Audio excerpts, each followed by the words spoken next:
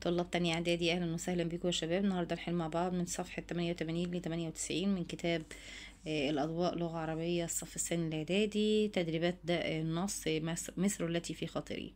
ما تنسوش يا حبايبي اللايك والاشتراك في القناة عشان يوصلكم كل جديد من حل تدريبات الواجبات. انت عندك هنا نخش على التدريبات على طول. دي أول صفحة اهي. اول صفحة هنا اختار، هتقول له التعبير في خاطري وفي فمي ده بيدل على الحب. التعبير بالمضارع احبها بيدل على الاستمرار.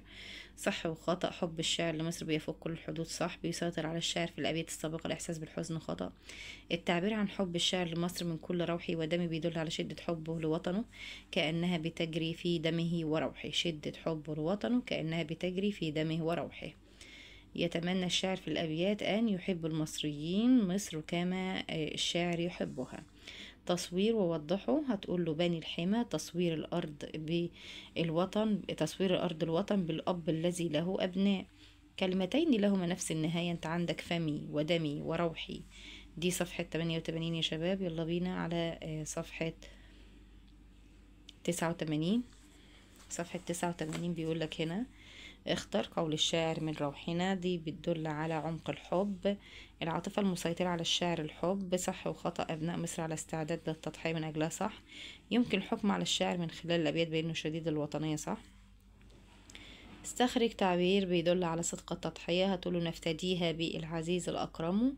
وكلمتين لهما نفس النهاية. انت عندك روحنا وجهدنا. كلمتين بينهما ترادف. هتقوله قوتنا ورزقنا. إلى ما يدعو الشاعر أبناء مصر. هتقوله بيدعوهم إلى حب الوطن والتضحية بكل ما نملك والدفاع عنه. حب الوطن والتضحية بكل ما نملك والدفاع عنه. طيب تعالى كده. عندك هنا بيقولك يعيش المصريين بكرامة. دي صفحة 90. في ظل، هتقول له علم وراية مصر، علم وراية مصر مرتفعة. بيدل البيت الثاني على خيرات مصر المتنوعة وعطاء مصر الكل محتاج. يبقى خيرات مصر المتنوعة وعطاء مصر الكل محتاج. دلل من خلال البيتين السابقين على كثرة خيرات مصر. تقول ان مصر بتساعد المحتاجين فبتمنحهم من خيراتها. مصر بتساعد المحتاجين فتمنحهم من خيراتها. تصوير ووضحها، تقول له ظل العلم. ده تصوير العلم بشجرة لها ظل. وصورة حسية، هتقول له لا تبخلوا بمائها وأطعموها وأطعموا إيه من خيرها. وأطعموا من خيرها. دي خيرها يا شباب. طيب كلمتين لهم نفس القافية. هتقول له هنا قم وكلمة الأمم. صورة حسية تذوق. طيب يقول الشاعر فيما يتفقان. هتقول له الانتماء للوطن. طيب هما الاتنين بيختلفوا في ايه. هتقول له الأول بيطلب من المصريين أن يعيشوا كراما أعزاء. تعالى كده. علاقة للموقف الجليل بما قبلها. هتقول له تعليل. مهد الرجال. هتقول له مكان. صح وخطأ. لمصر قداسة روحية ودينية عظيمة صح. نسب الشاعر المواقف النبيلة للجيش دون الشعب خطأ.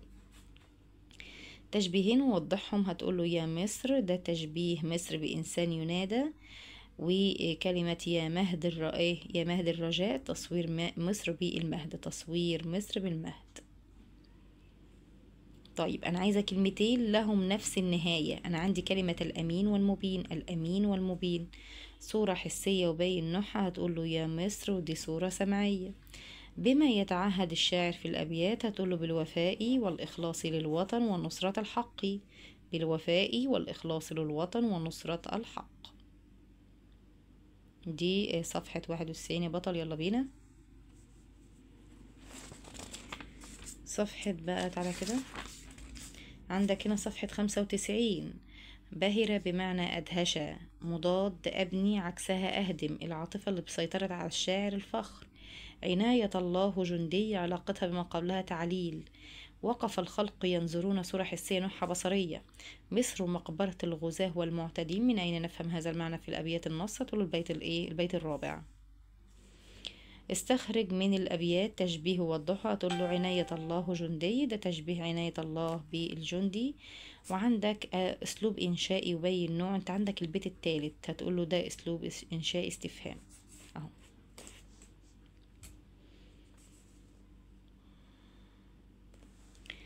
ننزل هنا كده بيقول لك البذل اللي هو العطاء، المفرد الأطواق الطوق، يتمنى الشاعر في البيت الثالث يتمنى أن تكون مصر حرة طليقة. وضح المعنى الضمني لقول الشاعر أحمل صبابة خرجت عن الأطواق، أي أن حب مصر لا مقدار ولا نهاية له ويسيطر على الشاعر. استخرج من الأبيات تصوير ووضحها، تقول له يا مصر صور مصر بإنسان ينادى. طيب أنا عايزة كلمتين لهم نفس النهاية، أنت عندك العشاق والأطواق، كلمتين بينهما علاقة ترادف البذل والإنفاق. صورة حسية وضحها، تقول له يا مصر دي حاسة سمعية، بين يديك دي حاسة بصرية. يا مصر حاسة سمعية، بين يديك حاسة بصرية. دي كده كام؟ صفحة 95. يلا حبايبي كده على صفحة 96. صفحة 96. المراد بحسن يعني جمال، مضاد يبدي عكسها يخفي، الوفود والخلود ده تجانس لفظي. العاطفة المسيطرة على الشعر هي عاطفة الأمل والتفاؤل خطأ. البيت الثالث بيدل على الأثر الطيب لمدينة الإسكندرية في النفس، صح. وضح المعنى الضمني لقول الشاعر إذا وفيتها لم تبق هما بقلبك، هتقول إن الإسكندرية لها أثر نفسي عظيم عند الذي يزورها، أن إسكندرية لها أثر نفسي عظيم عند اللي يزورها. تشبيه وضحه، استخرج بقى، هتقول له هي الصغر، تصوير اسكندرية بالصغر الذي يبتسم. طيب صورة حسية ووضحها، هي الصغر الذي يبتدي ابتساما، وديت صورة بصرية لأن انت هتشوف الابتسامة. طيب الهوى الحب، بس الجمع السكن الأسكان، بيقول لك هنا يا مصر أنت الأهل والسكن. ما المعنى الضمني لهذا التعبير؟ هتقوله أن مصر لها فضل كبير على أهلها وأنها السكن والأمن لهم.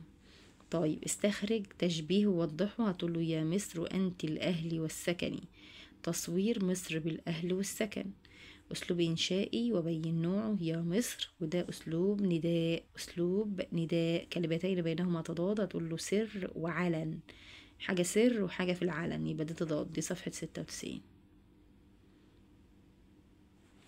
صفحة 98. الهبة اللي هي المنحة، عقد اللي هي عقود، يغلب على أبيات النص التعبيرات الحقيقية خطأ، يسيطر على الشعر عاطفة الحب والإعجاب، صح.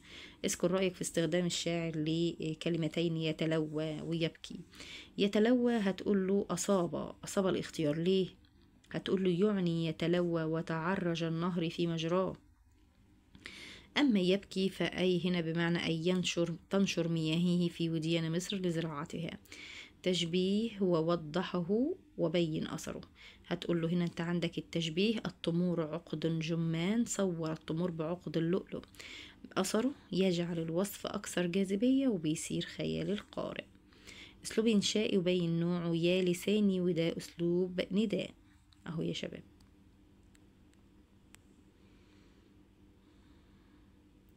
تعالى التقييم الأسبوعي. تقييم أسبوعي، الحنين اللي هو الشوق، يشاع بمعنى يخفت، يحمل البيت الأخير طلبا وبشرى. وضح الطلب أن تتخلى مصر عن همومها وأحزانها، إنما البشرى أن مستقبل مصر سيكون عظيم. استخرج من الأبيات تشبيه وضحه، سيبقى شبابك ضياء، وضحوا تصوير شباب مصر بالضياء. اسلوب انشائي وبين نوعه، غرضه هتقوله يا مصر، وده اسلوب نداء، غرضه تعظيم مصر وجذب انتباه القارئ، غرضه تعظيم مصر وجذب انتباه القارئ. وازن بين البيتين من حيث الفكرة، هتقوله كلاهما بيؤكدان أن محبة الشاعر لمصر ومكانة مصر في نفس الشاعرين وحفظهما لمصر. كلاهما بيؤكدان أن محبة الشاعر لمصر ومكانة مصر في نفس الشاعرين وحفظهما لمصر. هنا السماحة اللي هي الكرم العزيزة عكسها الذليلة.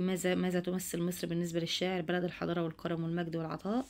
استخرج تشبيه ووضحوا الآثار الشاهدة، ده تصوير الآثار بأشخاص بتشهد بالحقيقة، كلمتين بينهما تضاد، هتقوله ترحل وتقم. هنا بيقول لك يا بطل، التقدم هنا تعرب مضاف إليه مجرور وعلامة جره الكسرة. يتسلح فعل مضارع منصوب بالفتحة لأنه سبق أداة من أدوات نصب الفعل المضارع اللي هي أنا هيت. قال لك هنا سوب المفعول به منصوب وعلامة نصبه الفتحة. اخرج اسم معرب واسم مبني. المعرب هتقول له البنية، والمبني كلمة شبابها عشان فيها ضمير متصل. طب فعل معرب هتقول له يتسلح، واخر مبني هتقول له وحدوا وجدوا. طيب انا عايزه نعت، هتقول له المخلصة. ضمير وبين نوع، هتقول له حليفهم، وده ضمير بارز متصل اللي فيها الغيبة. طيب هنا بيقول لك اجعل الفعل المعرب مبني والمبني معرب فيما يأتي. يذاكر الطالب دروسه، هتقول والله لا يذاكرن الطالب دروسه. المهندسات يخططن المدن، هتقول له تخطط المهندسات المدن. صوب، قدم المعلم هدايا، هدايا تكتب بهذا الشكل. استدعى بالياء وليست بالألف. يعالج الطبيب المرضى، المرضى بالياء والمستشفى بالياء. من أراد العلا، العلا بالألف. وبكده حبايبي احنا نكون وصلنا لنهاية الفيديو. أتمنى تكونوا استفدتوا من الفيديو. متنسوش اللايك والاشتراك في القناة عشان يوصل لكم كل فيديوهاتنا الجديدة بأمر الله من حل التدريبات والواجبات. حطوا له أكبر عدد من اللايكات على الفيديو ده واشتركوا في القناة كده وفرحوني. ربنا ينجحكم جميعا يا رب. مع السلامة.